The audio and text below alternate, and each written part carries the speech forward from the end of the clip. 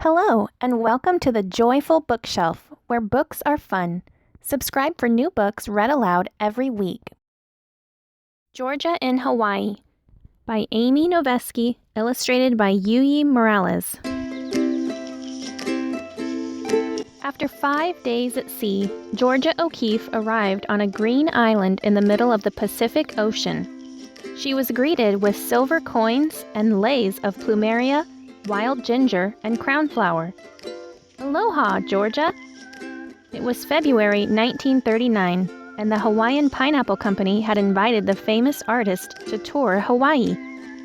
They wanted her to create 2 paintings to promote the delights of pineapple juice. Georgia visited the pineapple fields soon after her arrival on the island of Oahu. She found the sharp and silvery fruit quite strange and beautiful. She wanted to live nearby so she could study it up close. But the pineapple company would not let her. Only workers lived near the fields, they said. Georgia protested that she was a worker too and could live wherever she wanted. The company refused to allow it. Instead, they presented her with a pineapple. Georgia was disgusted. She did not want to paint the fruit now that it had been picked, and she would not let anyone tell her what to paint. Despite the pineapple trouble, Georgia started her tour. She flew to the island of Maui. There she stayed on an old sugar plantation at the edge of a rainforest and carried a paper umbrella when it rained. In a borrowed banana wagon, she drove the tightly winding mountain roads.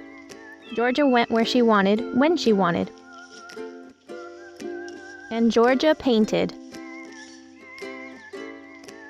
Georgia painted waterfalls and green-pleated mountains, lava hardened into fantastic shapes, and delicate feathered fish hooks that she collected like seashells. And Georgia painted the blue, blue sea. Next, she traveled by steamer to the big island of Hawaii, where she admired volcanoes that rose thousands of feet into the sky. She walked on black sand beaches reached only by boat and studied a rare piece of red coral. She met the local cattle ranchers, or paniolo. These Hawaiian cowboys showed her their gardens. And Georgia painted flowers, birds of paradise and philodendron, foot-long heliconia and fragrant plumeria, torch ginger and silvercup, lotus and hibiscus. She painted a nana hanua that she'd picked by the side of the road. It reminded Georgia of her favorite desert flower, the jimson weed. In Kauai, her last stop, Georgia visited with local artists.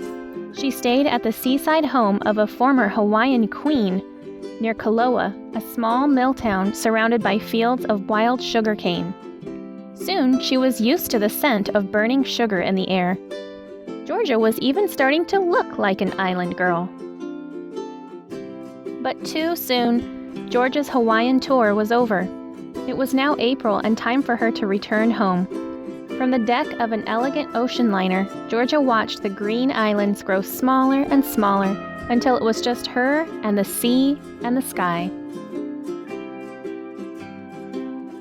Georgia had created nearly 20 paintings of Hawaii, but she had not painted a pineapple. Instead, she gave the Hawaiian Pineapple Company paintings of a heliconia flower and a papaya tree. They were not happy. They wanted a pineapple. Georgia was not happy either. She was not going to be told what to paint. But then she thought about Hawaii and all that it had given her. She decided to give the company what they wanted.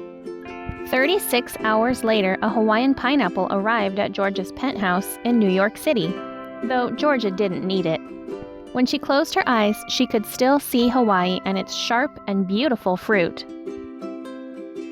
And Georgia painted a pineapple. Thank you for watching the Joyful Bookshelf. If you liked today's video, be sure to give it a thumbs up and don't forget to subscribe so you don't miss any of my new videos.